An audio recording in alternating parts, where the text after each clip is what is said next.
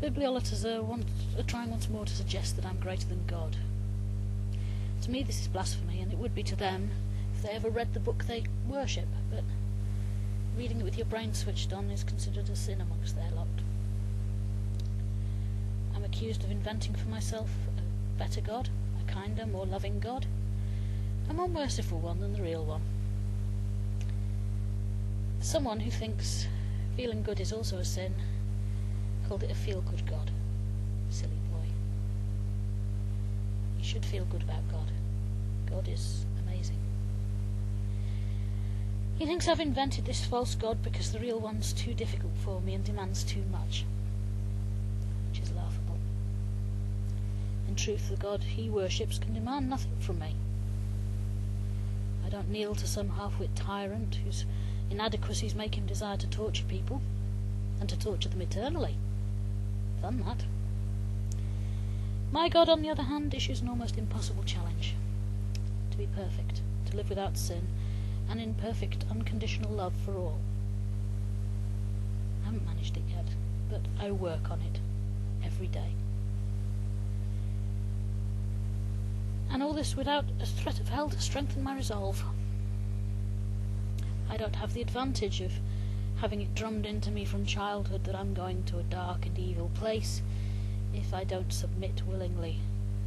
And how can you submit willingly with a gun to your head? How can you possibly love God from fear? Love doesn't start from fear. Look at any case of domestic violence and it'll tell you that. Fear kills love. Fear breaks it and shatters it into tiny pieces. You cannot love a person who threatens you. You certainly can't love someone who will send you to hell forever. What you feel when you think of your evil, hate-filled God is terror. No basis for a religion. It's the bibliolater's bonsai God who's easy to deal with.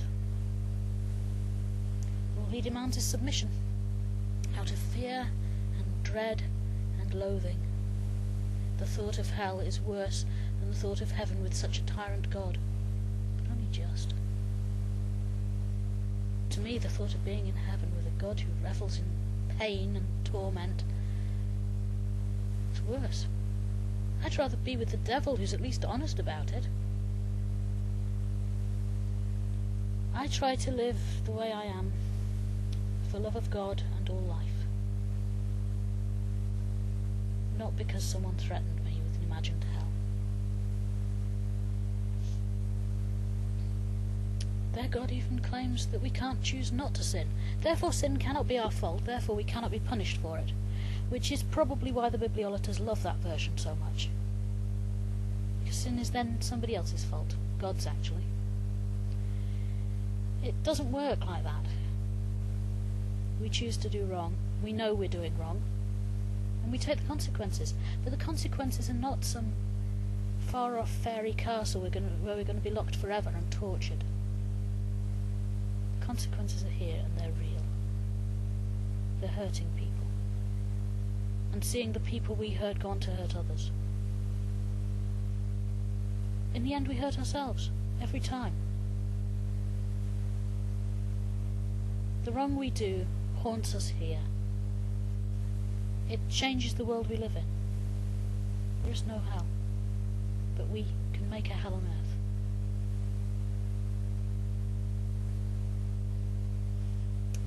But think of this, fanatics, fundamentalists and bibliolaters.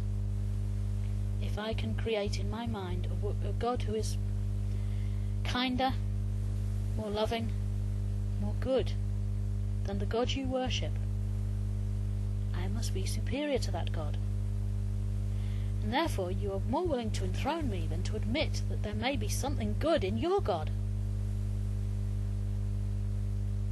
There is a real God. He is good. He does wonderful things. And he loves us.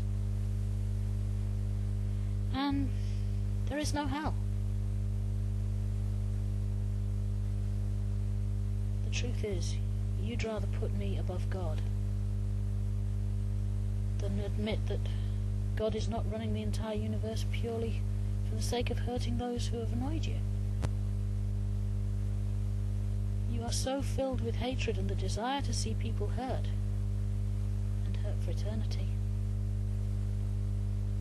that you will blaspheme against your own God.